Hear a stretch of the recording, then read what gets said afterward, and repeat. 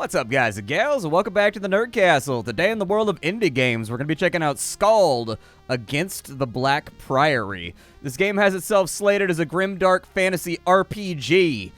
The graphical styling's very much reminiscent of things like, I don't know, like Ultima is kind of what this reminds me of, the old like 16-bit color or whatever. I think it's going to be pretty fun. I haven't seen the game at all. I've been waiting with bated breath for them to release something, and the prologue came out this week. So this is actually open for all of you to play as well. So anyways, we'll dive straight on into Skald. We'll see with 25-30 minutes if it's something you wanted to add to your wish list. Otherwise, pass on. I have a link for you down below in the case that you do. You can also check out my Twitch stream, my Twitter. You can check out my social media and all that fun stuff where I mostly, crack fart jokes at 3 in the morning. Let's go ahead and create a character. So, we have a call here. It looks like there's a couple different tabs, but it doesn't look like I can click on those as of right now. Looks like our character's name is Andros. Okay, we can be a cleric, we can be a magos, we can be a rogue, or we can be a warrior. Well, you guys know me. I'm a big fan of clerics. That's like my go-to class in D&D, so let's be a cleric. I'm going to select that. We can distribute 25 points among our stats. So we've got presence over here. It's going to affect our diplomacy and our attunement, although I don't know what those two things mean. Hopefully in the final version, what it'll do is it'll actually have like a pop-up text box right here when you mouse over it that'll tell you the actual effects that this stuff has on anything, or at least like a brief blurb. Like, diplomacy is pretty obvious as to what it does, but attunement, not so sure right there. But presence is supposed to be our main stat, so we'll go like, I don't know. I can remove a point right there. Well, let's, I don't know. So what type of cleric are we going to be in this game, I suppose?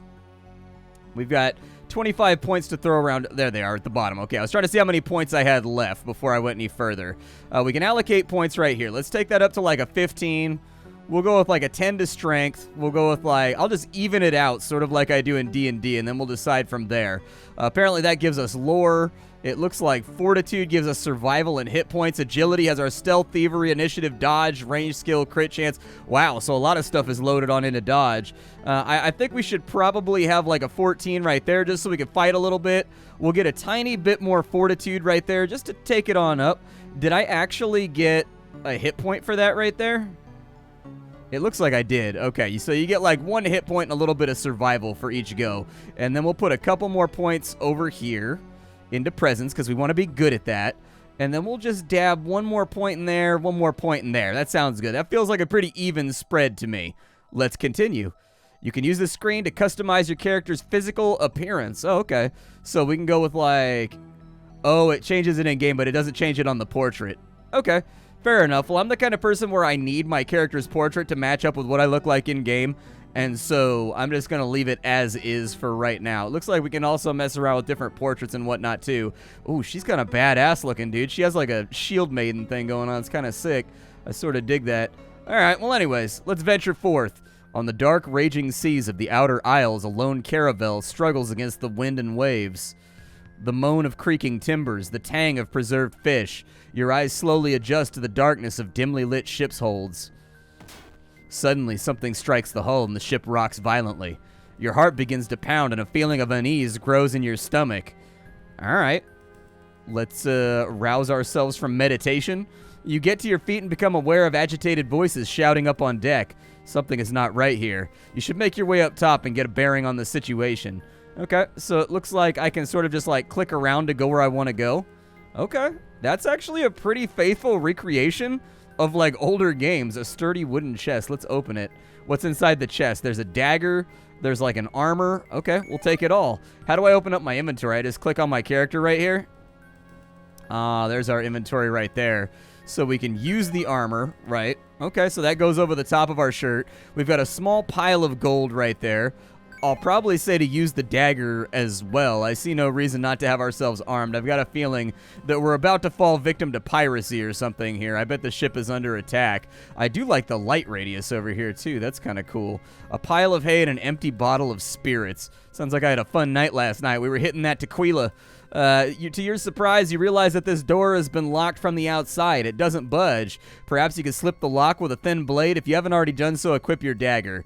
Yeah, I've already done that. You slip the dagger through a gap in the door and lift the bar that was locking you in, and the door creaks open. 100 XP. As the door swings open, you can now clearly make out the cries from the deck above. Make haste. Okay. Let's see what we've got going on here. Battle erupts. Press return on your turn to auto-resolve combat. I don't want to auto-resolve combat. I want to fight. Are we fighting like rats and stuff over here? Okay, so I move with the WASD keys. Can I see how far they're going to move? Yeah, smack that thing. It looks like there's a Andros hits and deals 6 damage, knocking out the rabid rat. Okay. I wonder if we get a hit bonus or anything else like that for being, like, in the light radius over here. You've defeated your enemies and gained 111 XP. There is loot on the ground. Let's loot it all. I don't know what I just picked up, but we can check our inventory. It's probably like rat blood or something. Yeah, it's 4 rat tails from what I can tell from the iconography. The tail of a dead rat. Horn is overrun by rats and merchants pay you to kill them. Nice. Okay. Let's see here. I like how it auto-loots at the end. That's really, really nice. I don't have to walk around and, like, loot each individual body. I don't know if there's anything interactable down here because, frankly, I can't see very well. But actually, look at the way that the fog of war slides and fills in almost like spilled ink. I like that. That's a cool little feature. You emerge onto the ship's lower deck. As your eyes adjust to the darkness, you become aware of a hulking figure standing in the shadows. Andros, there you are, at last. Listen carefully. Feeling jumpy, he growls with a smile. Roland, why are you skulking in the shadows?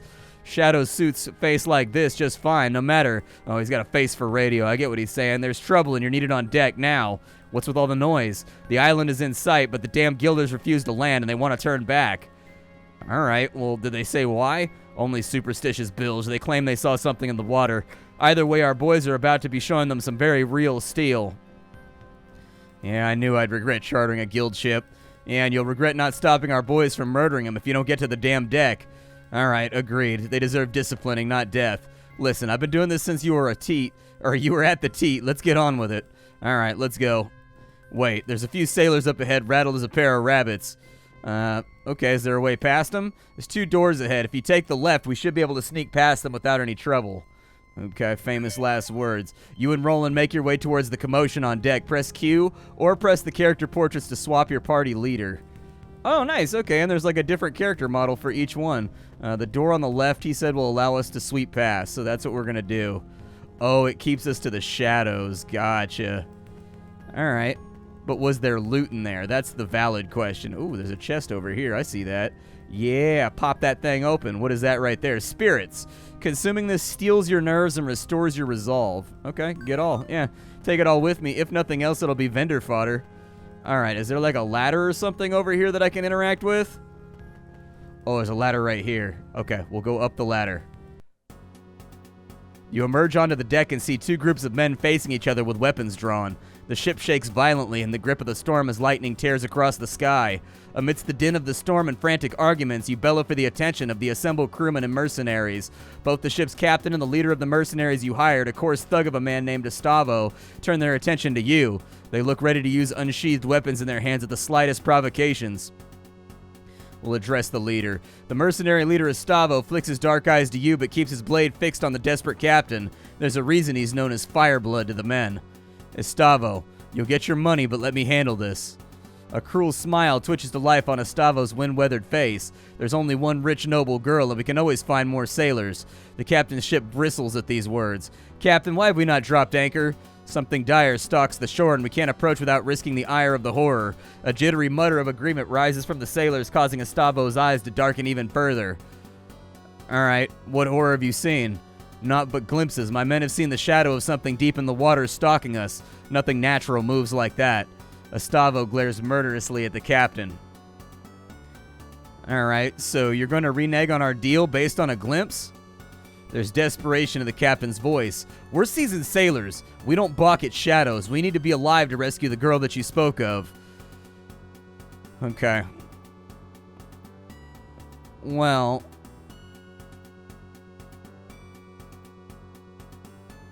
perhaps it's better to turn around?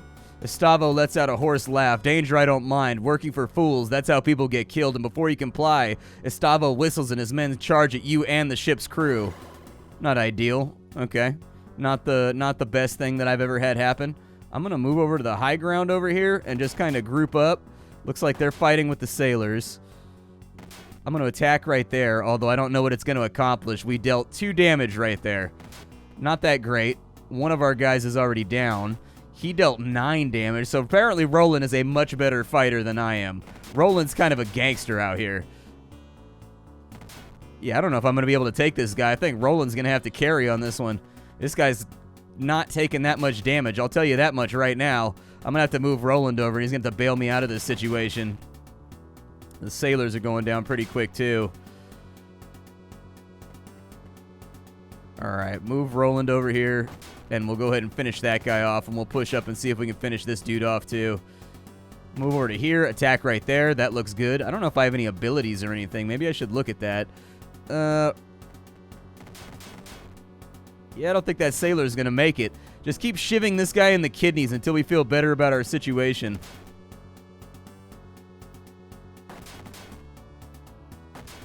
There we go. I scored a kill.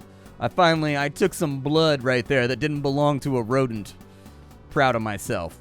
It takes a lot of, it takes a lot of oomph to kill a man with 1 damage.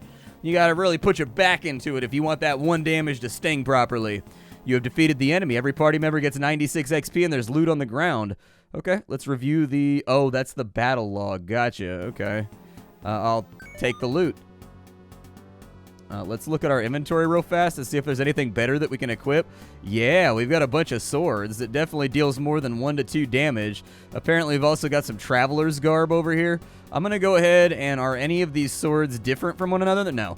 They all appear to be... Oh, there's a bastard sword right there, but it's equipped by Roland. Okay. Well, I'll equip the sword then. Do I have any... So I'm a divine spellcaster. You get attunement points and can use them to cast divine spells. Do I have any feats available right now? Doesn't look like I do. How do I know when I'm going to level up? Where's my... So XP to go. 663. Okay, good to know. You rest your sword arm and survey the carnage. Suddenly a loud crash of something collides violently with the hull. Surviving mercenaries and crewmen alike fight to keep their footing as the ship lurches. Suddenly, a huge monster bursts forth from the water around the ship. For a split second before the terror sets in, you wonder what Estavo must be thinking as the monstrosities loom over him. After reaching their full height, the tentacles curve inwards and smash into the ship. Some pierce straight through the deck and others snap the mast like they were matchsticks. You stand frozen in place. Through a haze of splintered wood and panicked screams, you notice Roland. He throws himself out of the way of a tentacle but begins to fall overboard as the ship lurches once more. I'm gonna save him. You dash towards the ship fractured rail, dodging holes in the deck and wounded men, beseeching you for help. Roland hangs by an arm from the side of the ship. I'll grab him. You lunge for his arm, but he loses his grip and his fingers close only around thin air. You've missed him by an inch. He falls wordlessly downwards. You watch as he is swallowed by the raging sea. The ship is listing fatally, and you see the great tentacles high above you poised for the coup de grace. As you jump, you hear the terrible rending of wood given to flesh. The impact of the water winds you. The waves pummel you down, and the currents beseech you to go deeper and ever deeper.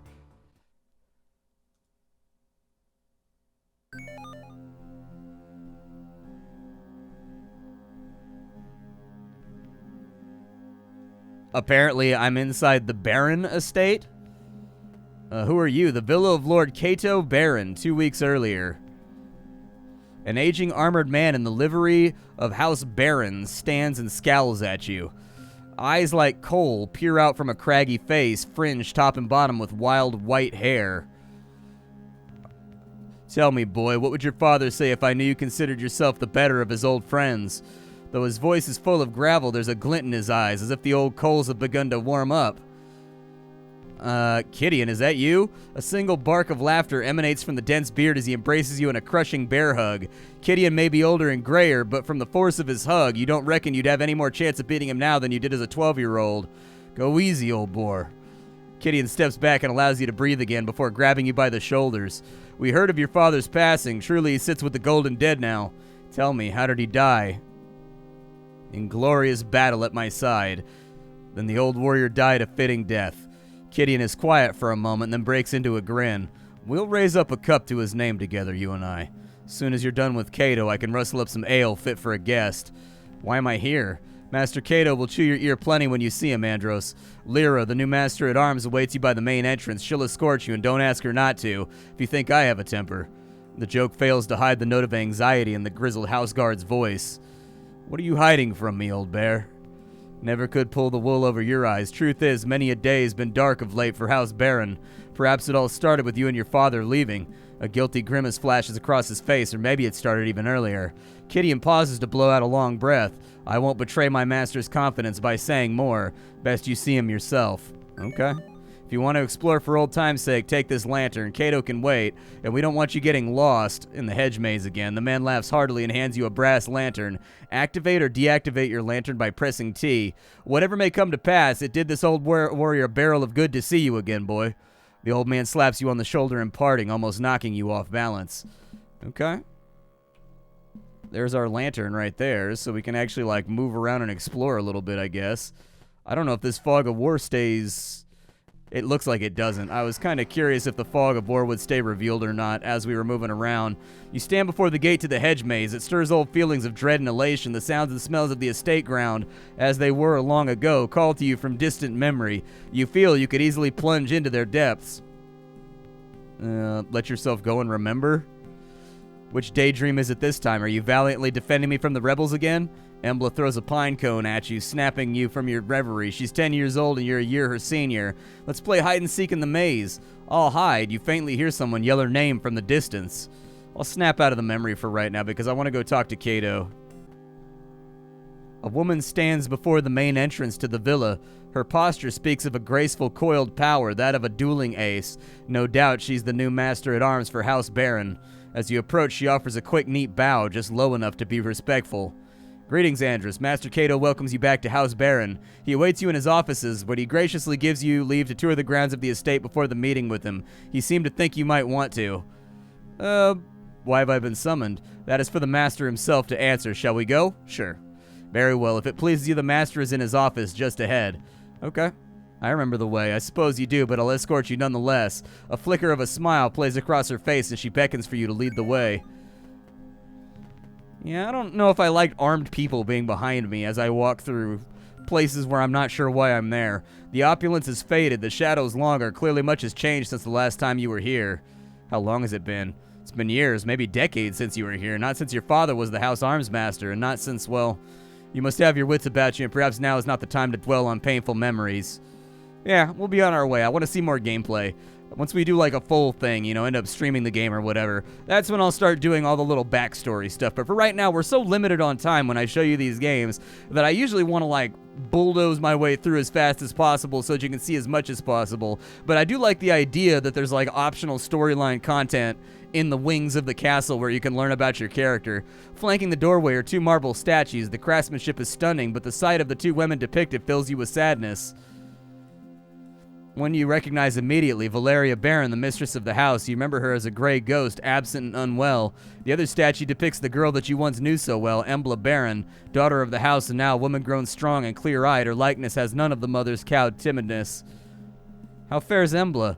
Lyra's eyes flicker ever so slightly. We should go to Master Baron. He's long been impatient to see you. Okay. I have no idea where this guy's office is. Oh, it's giving me like flavor text of whatever I'm standing on the bottom here too. This is very much like an old school dungeon adventure. I remember these sorts of things from back in like the Pentium 1 days and before. Looks like I can't really go that way, so I suppose we'll go this way. Cato Baron sits tall in a tasteful but modest reception room. He looks less imposing than you remember and with a few more crow's feet. Nonetheless, he's lost none of the composure or air of casual authority.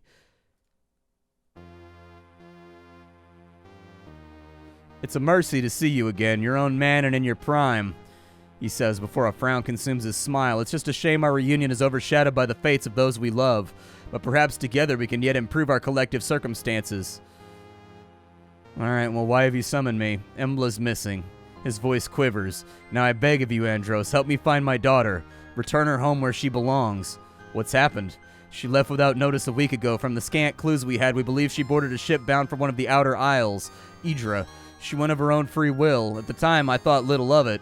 He begins to glower. Since then, however, there have been reports, and grave ones at that. No one or word has left Idra in days. Rumor has it that even Imperial augurs are in the dark. I know not how this touches the fate of my daughter, but she must be returned to me one way or another. Any idea why she left? Something has been building in her for years, an aptitude of sorts, but I suspect you already knew that. In any case, it's grown much stronger lately, and drives her in ways I cannot understand. I suspect that she's looking for answers. Okay. What am I to do? Hire mercenaries, travel to Idra, and begin your search in the port of Oran. From there, I trust you to do what needs to be done and spare no cost. Just bring back my daughter. Mercenaries? Yes, if nothing else, the port will be dangerous enough, and I recommend you begin by seeking out Roland Greyeye, a crude but effective sellsword that I've made use of before. Okay. The man is a grizzled veteran. He may have slowed with age, but his experience and reliability more than make up for it. He's also much respected by similar men, and will be instrumental in hiring a reliable crew. Alright, well, I'll take that into consideration. Cato shows you his upturned palms, beseeching. I know this thing I ask of you is fraught with danger, but this is your chance at improving your fortune materially and in honor. What say you? Very well, for my family's name. He smiles softly, visibly relieved, and for a moment looks like the man you remember. Have you any final questions or matters to discuss? Time is, as I'm sure you will appreciate, of the essence. Let's get on with it. He stands with poorly concealed effort, and Andros. You stand and meet his gaze. Return it to me. There is no other outcome of this affair. Okay. Shake his hand and leave. You're awoken by the cacophonous cries of gulls circling you. Your body is a mass of pain and exhaustion covered in 1,000 cuts and scrapes. Slowly, you drag yourself from the cold water onto the relative safety of solid rock. Moments or hours pass while you lay still, trying desperately to feel some warmth back into your body. Finally, you force your eyes open. By some miracle, you are not only alive, but you find yourself on the shores of the cursed island of Idra. Strewn around you is the wreckage of the Zephyr, and you see no other survivors. Nevertheless, the goal ahead of you is clear. You must venture to rescue your childhood friend from whatever fate has befallen her, though unless you can find equipment and companions soon, you may have cheated death in vain. Well, let us venture, sir. Let us venture. So I guess we're on like a world map right now. It looks like there's a lighthouse over here. Do I still have my gear? I do not. So I have a club, and that's pretty much it. It still hits harder than the dagger, though, so I'll take it. Let's go check out the lighthouse. An ancient lighthouse rises steeply from the bluffs ahead of you. The beacon is lit, though it flickers weakly. Alright. This game has sort of a haunting vibe just due to the color palette and the limited pixels they were able to use in order to create everything. But it definitely takes you back. One of the few fortunate sailors to survive the sinking of the Zephyr is crouching like a frightened rabbit in the tall grass. Blessed dead, I thought you were another one of the cursed hounds. I was thinking I was the only one that made it. Hounds. Yeah, bloody monsters. Look all diseased and rabid. I was trying to make my way up to the lighthouse past the stairs just north of here, but there's a pack of them over there. Might want to look for another route up there, otherwise you might end up dog shit. Okay. Well, I don't see another route just yet. It looks like we can bypass around to the right, though, if we get up and off the trail. Is there anything like laying around here, like hidden sundries that I can use? Hey, there's a crate right there. Battle erupts. Oh, that thing looks kind of angry. He's got the teefies, man. Well, hopefully this thing isn't too gnarly.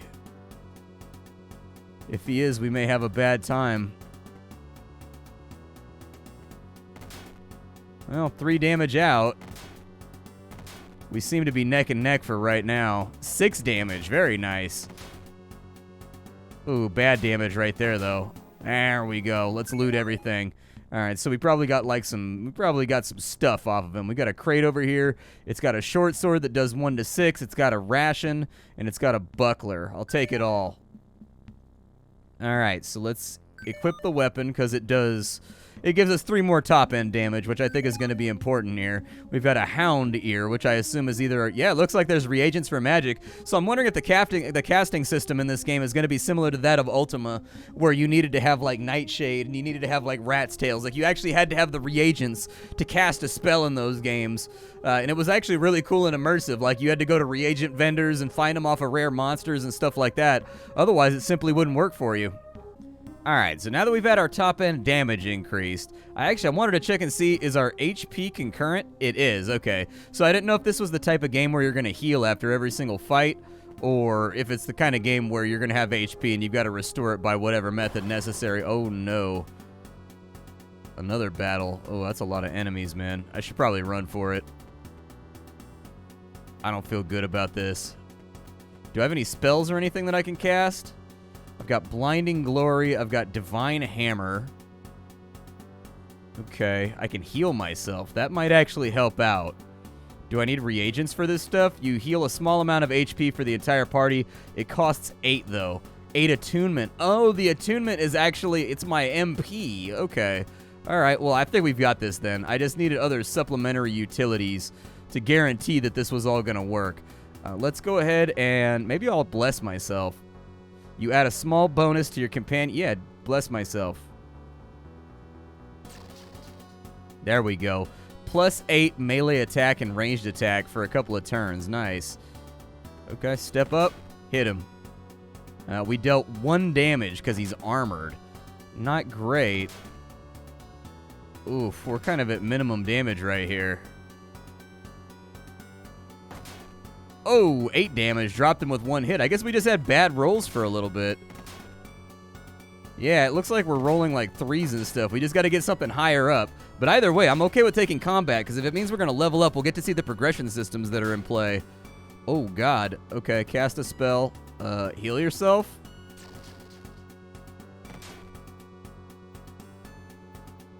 I don't know if I can heal good enough. I think I can outrun him, though. Oh, I can't outrun him. Okay. All right, well, I reloaded right next to the dog over here, so I think we'll just kind of stay away from that. Like, the heal was not as effective. I was hoping that it was going to be like a big heal, because it took like a quarter of my MP. So I was hoping the big heal would effectively kind of bail me out of my problems, but I guess it's just like a cure light wounds type situation. It doesn't really give you a lot of HP back. They said there was dogs around here somewhere, so I'm a little bit worried about running into that. But, like, we were doing good against the crabs until we weren't. I guess that's just how combat goes in this game. There's more treasure over here.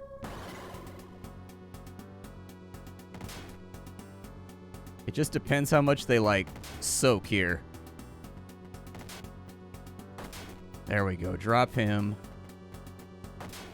There we go. 15 damage right there. 2 crits in a row. Don't you just love it?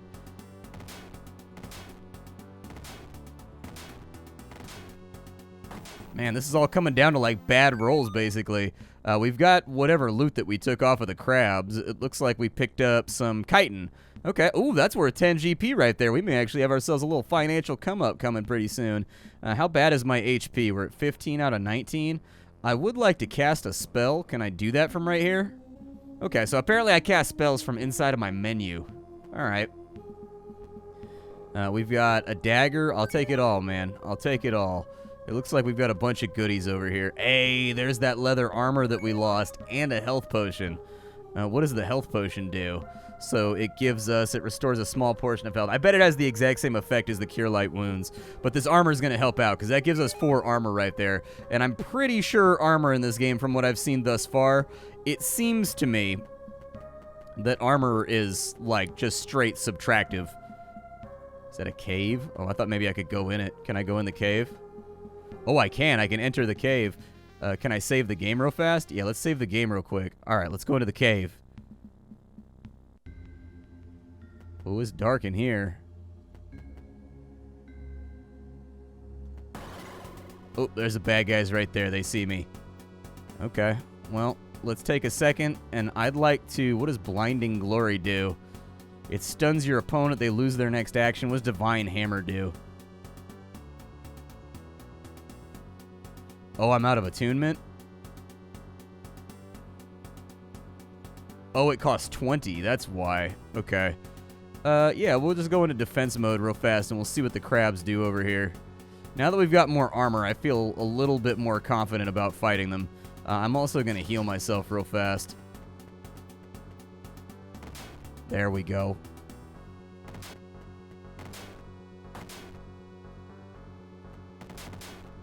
Good, we're soaking now. That's what I was hoping would happen. It's not going to save us if we have like a bunch of bad turns in a row like we're having right now where we're not dealing damage. I think the screen shake is directly proportional to how much damage you deal. So when it's like a glancing blow, you don't get any screen shake. But when it's like a crit or it does like 5 or 6 damage, then you definitely get the screen shake. All right, I'm going to loot that real fast and leave. We got some more crab chitin. I'm a little bit worried about my HP here, but man, I love the graphical stylings of the game. This is really taking me back to my childhood playing RPGs. Apparently there's more enemies inside of here. My HP is only at 10. Apparently battle erupted. Okay. I'm going to heal myself real fast. I don't think I have much attunement left. But we are fighting in a tunnel, I guess. I suppose I can take... Yeah, use that real fast.